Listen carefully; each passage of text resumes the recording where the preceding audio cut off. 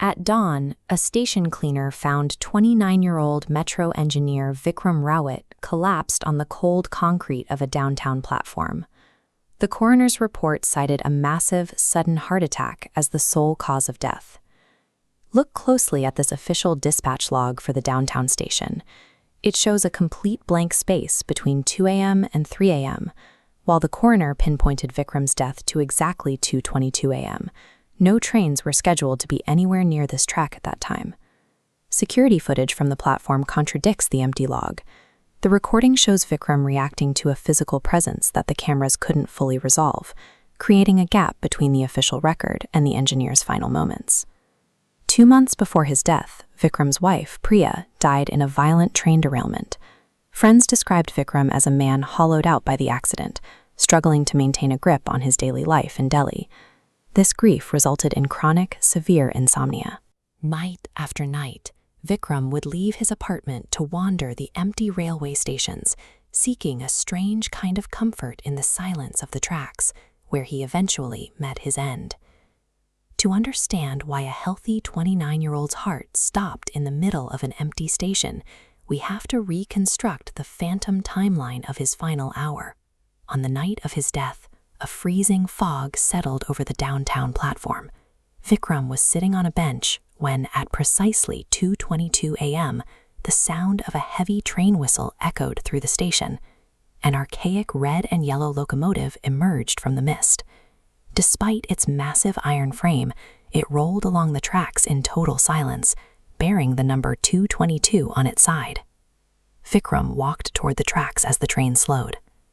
The carriages were dark and appeared empty, except for a single door that stood open, waiting for a passenger.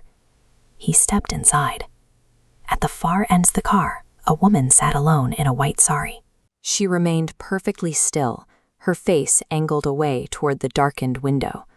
The train accelerated instantly.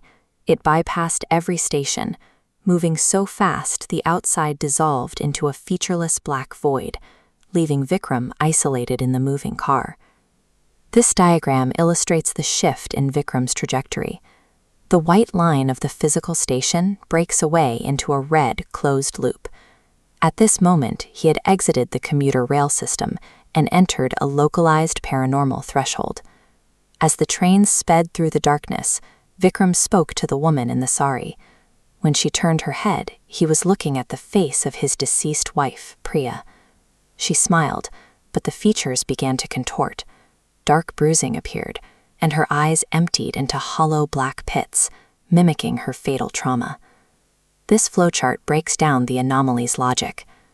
The train traps those with severe survivor's guilt. For Vikram, the nodes update to his trauma, ignoring his dying wife's phone calls to focus on a work deadline. Terror took hold. Vikram threw himself at the carriage doors, pulling at the heavy iron handles, but they remained locked. In his desperation, he looked through the connecting glass into the next car. The adjacent carriage was filled with the dead. He saw his father, who had died a decade earlier, and a childhood friend who perished in a car wreck years prior. At the very back of the car, Vikram saw himself. His own bloodied body was slumped in a seat, eyes wide and unblinking, staring back at the man who was still standing. Finding his own corpse sitting among relatives who had been dead for years suggests that for the train, Vikram's death was already a completed fact. He was looking at a physical record of his own transition into the afterlife. The train slammed on its brakes with a shriek of metal. The doors released, and Vikram stumbled out of the car, falling hard onto the cold concrete platform. He looked around the station. He was back at his starting point. The station clock above him still read exactly 2:22 a.m., as if the entire journey had taken place in the span of a single heartbeat. The shock of the impossible loop, experiencing a lifetime of terror in a literal second, overwhelmed his heart. This sudden spike in adrenaline and fear is what triggered the fatal attack. We return to the objective evidence of the camera recording. The footage confirms Vikram collapsed at 2:22 a.m. on an officially empty platform. A close inspection of the grainy pixels reveals a final detail. As Vikram falls, a semi-transparent silhouette of a woman in a sari stands over him, her hand visible as she reaches down to take his.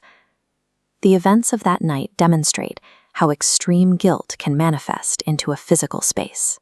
If you hear a train whistle cut in the silence at 2:22 a.m., it may be coming to collect a debt you thought was forgotten.